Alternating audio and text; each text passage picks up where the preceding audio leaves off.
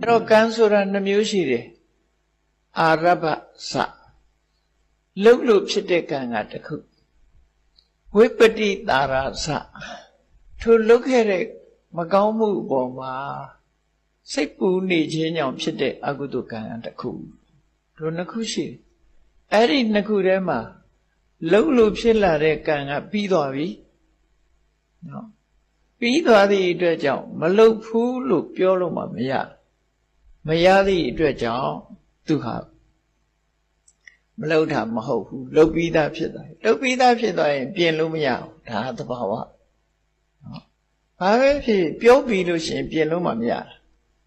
ဒါမို့ဗမာစကားလည်းပြောတယ်လေစကားကြုံနှုတ်မရဘူးလှုပ်ပြီးသားဖြစ်သွားရင်လှုပ်ပြီးသားကိုလိုလို့ပြင်လို့မရအဲ့ဒါလှုပ်ပြီးသားကိုပြင်တယ်လို့တချို့ကပြင်တယ်ဆိုတာပြောတာမှားပြီးတော့ပြောမိပါတယ်တောင်းပန်ပါတယ်မှားပြီးတော့လှုပ်မိပါတယ်တောင်းပန်ပါတယ်ဆိုတာစိတ်ထဲမှာဒါအတွက်တအုံနှွေးဖြစ်နေတဲ့ဝိပတိတာရသအာကုသိုလ်တွေရှေ့မတိုးအောင်ဟန်တာပေးခြင်းသာလည်းဖြစ်တယ်လှုပ်ပြီးသားအာကုသိုလ်ကံကတော့ရှိနေတာပဲပျောက်သွားတာမဟုတ်ဘူးဒီသဘောကိုသဘောပေါက်အောင်ဖြစ်တယ်ပေါ့နော်ဩဃတဆိုပြီးတော့နော်ကြောဝင်ချသမျှဟာတွေဟာလေဒီအဓိပ္ပာယ်ပဲ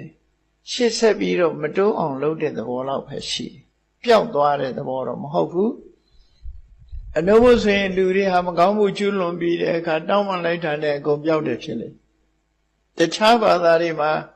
ခံယူထားတယ်လို့ confession ဆိုတဲ့ဖြောင်းချက်ပေးလိုက်တာနဲ့သူတို့ကအားလုံးခွင်းလုံးကျွတ်လွတ်စေလို့ရမှာမရဘူးကံတရားမပြောနဲ့တရားဥပဒေမှာရောလူတတ်မှုတစ်ခုကျူးလွန်ပြီးတော့သူမှားမိပါတယ်အားလုံးတောင်းပန်ဝင်ချပါတယ်ဆိုတာနဲ့ရာဇဝမှုကင်ကသူလွတ်နိုင်ပါမလားမလွတ်နိုင်ဘူးနော်လောကမှာတောင်လူဥပဒေမှာတောင်မလွတ်ဘူးဆိုတော့သဘာဝကပေးတဲ့ဥပဒေဘယ်လိုလုပ်လို့အေးလွတ်နိုင်တဲ့ဤတလန်းကတော့ဘာလို့ဆိုရင်အကျိုးပေးရခန္ဓာမရှိတော့ဘူးဆိုရင်တော့ဒါဖြင့်အကျိုးပေးရမယ့်ခန္ဓာကိုဘာကိုဖယ်ရှားခြင်းဖြင့်လွတ်အောင်လုပ်လို့ရတော့ဆိုကိလေသာတွေကိုဆက်ဖြတ်ကိလေသာတွေကိုဖယ်ရှားလိုက်လို့ရှင်ထိုကိလေသာနဲ့ပေါင်းမှကံတရားအကျိုးပေးလို့ရတယ်ဆိုပါစို့မျိုးစိတ်လေးတစ်ခုဟာသူ့ကြည့်ထားလို့ရှင်အပင်မပေါက်ဘူးသူကမြေနဲ့ရေနဲ့တွေ့တဲ့အခါမှာအပင်ပေါက်တာမြေရေရဲ့အကူကြီးရမှတစ်ပင်မျိုးစိတ်လေးကအပင်ပေါက်တယ်အဲ့ဒါလိုပဲကံဆိုတာကိလေသာနဲ့ပေါင်းရမှကျိုးပေးလို့ရတယ်နော်ကိလေသာနဲ့ပေါင်းအဲ့ဒီသဘောကိုပဋိစ္စသမုပ္ပါဒ်မှာလည်းဟောတာရှိအဝိဇ္ဇာပစ္စယသင်္ခါရပစ္စယဝိညာဏဆိုတဲ့အပိုက်လေးကိုကြည့်အဝိဇ္ဇာဆိုတာကိလေသာသင်္ခါရဆိုတာကံနဲ့ကိလေသာနှစ်ခုပေါင်းစပ်ပြီးဝိညာဏဆိုတဲ့အကျိုးကိုထုတ်လို့တာဖြစ်တယ်ကံတတ္တကထုတ်တာမဟုတ်ဘူးနော်အဝိဇ္ဇာကကိလေသာသင်္ခါရကကံကိလေသာနဲ့ကံပေါင်းစပ်ပြီးတော့ဝိညာဏဆိုတဲ့အကျိုးကိုထုတ်တယ်အဲ့ဒီတိုင်းပဲတဏှာပစ္စယဥပါဒနာဥပါဒနာပစ္စယဘဝပစ္စယဇာတိဆိုတာကိုလည်းကြည့်လိုက်တဏှာနဲ့ဥပါဒံကကိလေသာဘဝဆိုတာကကံကိလေသာနဲ့ကံနဲ့ပေါင်းလိုက်တဲ့အခါဇာတိဆိုတဲ့ခန္ဓာ၅ပါးရဲ့ဖြစ်မှုဖြစ်တယ်ဒါကြောင့်မို့ဘဝရလာတယ်ဆိုတာကံနဲ့ကိလေသာပေါင်းစပ်လိုက်လို့ရတာသာဖြစ်တယ်ပေါ့အဲ့ဒီထဲမှာအဓိကကြတာဘယ်သူတုံးဆိုရင်ကိလေသာပိုအဓိကကြဒါကြောင့်မို့မြတ်စွာဘုရားသခင်ကိုရောမြတ်ကဖျားဖြစ်ကိုရောက်တဲ့အခါစဉ်းစားကြည့်လေ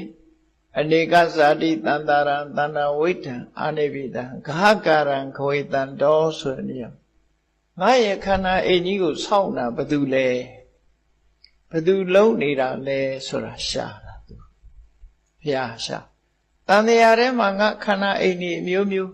တဘွားပြီးတဘွားခန္ဓာအိမ်မျိုးစုံဖန်တီးပေးနေတာဘယ်သူလဲဆိုလိုတာခရီးတာဘယ်သူလဲလှုပ်သူဟာဘယ်သူလဲလို့လိုက်ရှာတဲ့အခါမှာဘယ်သူသွားတွေ့တော့ဆိုတဏှာဆိုတဲ့သဘောတရားကိုသွားတွေ့တဏှာဆိုတာကိလေသာပဲဒီမှာကံလို့မဟုတ်ဘူးမြတ်စွာဘုရားအဲ့ဒီမှာကိလေသာကိုအဓိကထားဟောဒါကြောင့်မို့လို့မြတ်စွာဘုရားဟာ ကံကိုတတ်လိုက်တာမဟုတ်ဘူးတတ်လိုက်တာဘယ်သူကိုတတ်တာကိလေသာကိုတတ်တာဒါကြောင့်မို့ဘုရားဥရန်ပြုတဲ့အခါတဏ္ဏနံခယမစ္စကတဏှာကိုကုံစီတတ်တဲ့အရတ္တမေရတ္တဖို့ငါရလိုက်ပြီဆိုဘုရားရတာဟာတဏှာကုံမှုကိုရတာပဲနော်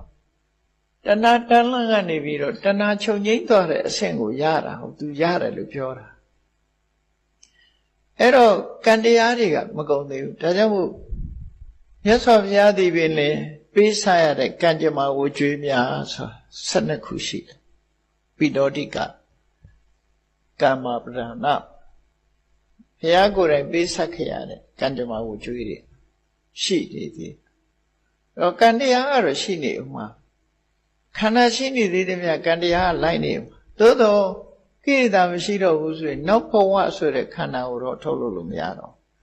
အရင်ဘဝမှာထုတ်ထားလိုက်တဲ့ထုတ်ပြီးသားခန္ဓာပေါ်မှာတော့သူဒုက္ခပေးဥမှာကြည့်လေ